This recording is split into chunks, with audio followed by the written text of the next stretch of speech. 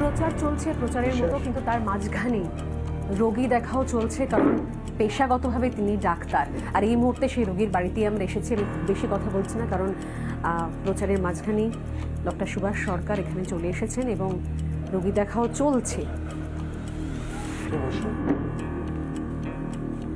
ডান হাতটা এখানে দিন, এরকম বাঁ হাতটা এখানে দিন।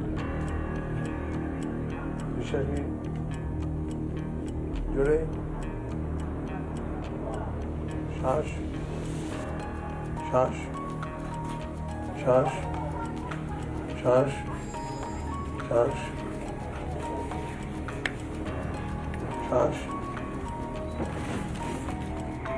লিভারটা একটু বড় আছে বাবা।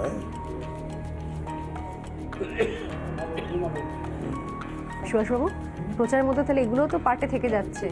খুব স্বাভাবিক, এটা নরমাল ন্যাচারাল। কারণ হচ্ছে আসল যে মানে এই পেশা তো মানে এটাকে বাইপাস করে তো আর কিছুই করা যাচ্ছে না। সে তো বটেই, মানুষ চাইলে তো করতেই হবে না, এটুকু দেখতেই হবে। ঠিক আছে, ভালো থাকুন, ভালো থাকুন অশ্বিনী বাবু। আচ্ছা, এটা যে করতে করতে মানে একটা জিনিস না জিজ্ঞেস করে পারছি না, এটা দেখতে দেখতে মানে এই যে রোগী দেখা এবং একই সঙ্গে মানুষ দেখা, কোনটা এখনো সুভাষ সরকার বেশি এনজয় করে? এটা আমি আজকে এই জায়গায় দাঁড়িয়ে প্রশ্ন না করে পারলাম না। অনেকক্ষণ ধরে ভাবছিলাম যে এতক্ষণ ধরে লম্বা প্রচার চলছে, তার মাঝখানে এটাও চলছে।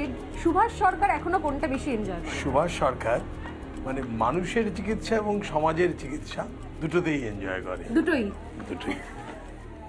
তবে এখন চিকিৎসা বৃত্তি হিসেবে আর নেই। কেমন? কেন না, বৃত্তি হিসেবে আর রাখিনি এই জন্য, তার কারণ দুটো কাজ একসঙ্গে হয় না। একসঙ্গে হয় না।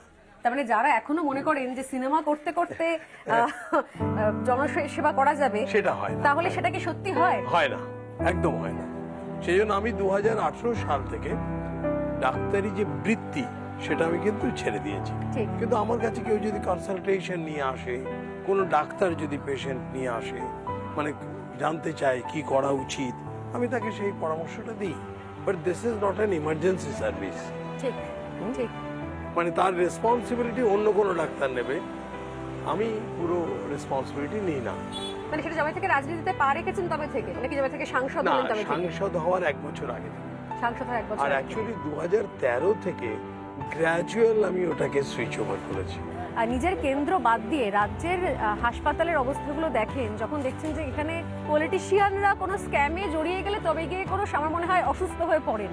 মানে আমরা জানতাম না যে কার হার্টের অসুখ রয়েছে, সুগারের অসুখ রয়েছে, কার পাইলস ফিস্টুলা পর্যন্ত আছে, যদি না তার বাড়িতে ইডি আসে, জানতে পারা যায় না। সবথেকে মর্মান্তিক হচ্ছে যে এই রাজ্য সরকার আয়ুষ্মান ভারত প্রকল্প নিল না, তারা ভাবলো যে এতে বোধহয় মোদিজির সুনাম হয়ে যাবে, আর প্রচার করতে লাগলো যে আমরা তো আগে স্বাস্থ্যসাথী করেছি, মানুষের উপকার করছি।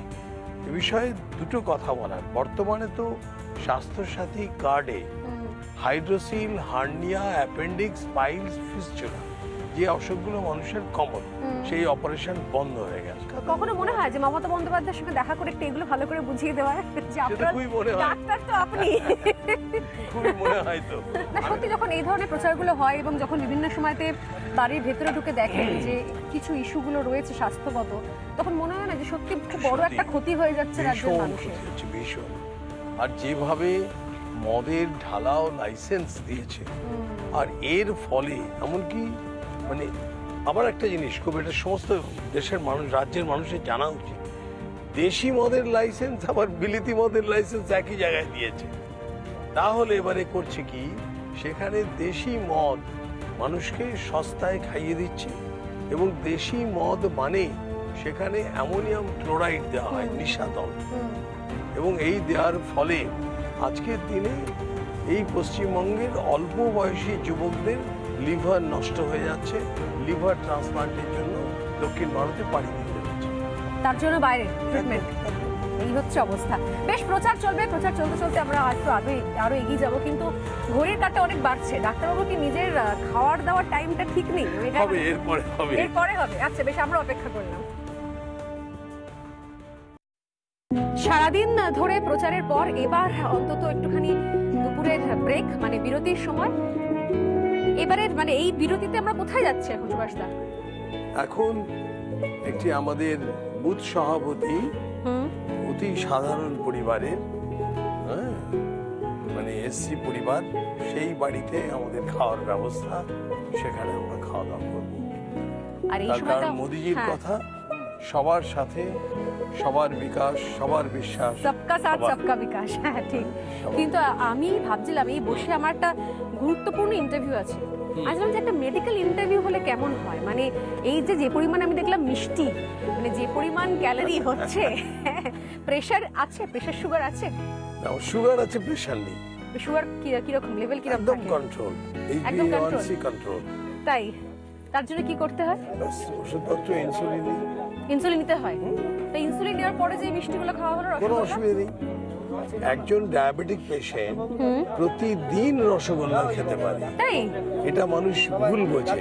টোটাল ক্যালোরি কনজাম্পশনটাকে ঠিক করা। সে যদি মনে করে আমি হাফ রসগোল্লা খাবো, আর সেই অনুযায়ী ভাতের পরিমাণ বা রুটির পরিমাণ আধখানা কমিয়ে দেয়, কোনো অসুবিধা নেই। সেটা কি করা হয় এর মাঝখানে, এই যে যখন বিভিন্ন সময়? হ্যাঁ, আমি তো একদম কাটিল করি। কাটিল করা হয় একদম। এই আজকে মানে দুটোতে মিলে 1.5খানা রসগোল্লা খেয়েছি। সেই জন্য এখন দুপুরবেলার খাবার কিছুটা ভাত কম করে দেবো। আর প্রেশার রয়েছে? না, প্রেশার নেই, একদম নরমাল। একদম। আর কিছু অন্য কিছু সব আর্থ্রাইটিসের কোনো প্রবলেম বা অন্য কিছু? কিছুই হয়নি। কিন্তু এখন তো দেখা যায় অনেকেরই মানে 50-60 বছর ক্রস করলে এই ধরনের হাঁটুর ব্যথা, কোমর ব্যথা, কিছু অসুবিধা সেগুলো হয় না। মানে এটার মানে রহস্যটা কি, সিক্রেটটা কি? রহস্যটা হচ্ছে পরিমিত আহার, পরিমিত আহার করা, এবং একটা বয়সের পরে ননভেজ খাবারটা একটু কম করে দেওয়া। ভেজ খাবারে কিন্তু অনেক সুবিধে, যেটা আমি প্রায় 40-45 বছর বয়স থেকেই ক্রমাগত আস্তে আস্তে ননভেজ কমাতে শুরু করেছি। এখনো ননভেজ খাই, কিন্তু কম, খুব কম। মানে মাছ, মাংস, ডিম, প্রাণীজ যেটা প্রোটিন, সেটাকে একটু কমানো। এটা কিন্তু একটা খুব গুরুত্বপূর্ণ একটা ইন্টারভিউ ছিল, যে প্রেশার ডক্টর সুভাষ সরকার, তিনি সাংসদ হওয়ার পরে তার প্রেশার, সুগার, এগুলো সমস্ত মেনটেন, হ্যাঁ, সব নর্মাল আছে কিনা। না হলেও কি, কারণ মানুষ সত্যি সত্যি জানতে চায় যে যারা রাজনীতি করছেন, যারা এত দৌড়ঝাঁপ করছেন, যারা এত ছুটছেন সবকিছুর জন্য, মানুষের জন্য করছেন, তারা নিজেরা সত্যি সত্যি আদৌ তাদের নিজেদের শরীর স্বাস্থ্য ঠিকঠাক থাকে, সেটা মেনটেন করতে পারেন? আমাদের প্রধানমন্ত্রী নরেন্দ্র মোদী সবাইকে এই অ্যাডভাইস দেন, শরীরও ঠিক রাখতে হবে। আপনি শুনলে অবাক হয়ে যাবেন, উনি মন্ত্রিসভার বক্তব্যে এমন পর্যন্ত বলেন যে আমাদের ভাবনা করা উচিত আমরা কতক্ষণ শরীরে রোদ লাগাবো। হ্যাঁ, একদম। আমরা এই ইন্টারভিউগুলো তো চলবেই, তবে তার আগে আমি দেখাবো একবার প্রচুর এখানে আশপাশে যারা এই কার্যকর্তা বাড়ির লোকজনেরা, তার সঙ্গে আরো অনেক গ্রামের লোকজন জড়ো হয়েছেন। এবার সত্যি সত্যি এতক্ষণ প্রচারের পর একটুখানি ব্রেক, আর সেই ব্রেকে কি ভালোবাসার খাবার, মানে সেটা কি পছন্দ করে কিছু বলা হয়েছে নাকি যা রান্না হয়েছে তাই? যা রান্না হয়েছে, আর অদ্ভুতভাবে আমি দেখেছি রান্না যা হয় তা আমার পছন্দসই হয়ে যায়। এমনি কিছু ফেভারিট? হ্যাঁ, যেমন গতকাল হয়েছিল, গতকাল যে বাড়িতে খেয়েছিলাম সেখানে আপনার এখনো না, মানে পদটার নাম শুনলে আপনার জিভে জল চলে আসবে। কি সেটা? এটা হচ্ছে তেঁতুলের চাটনি। আচ্ছা, একেবারে গ্রামের গাছের পড়া তেঁতুল, সেই তেঁতুলের চাটনি।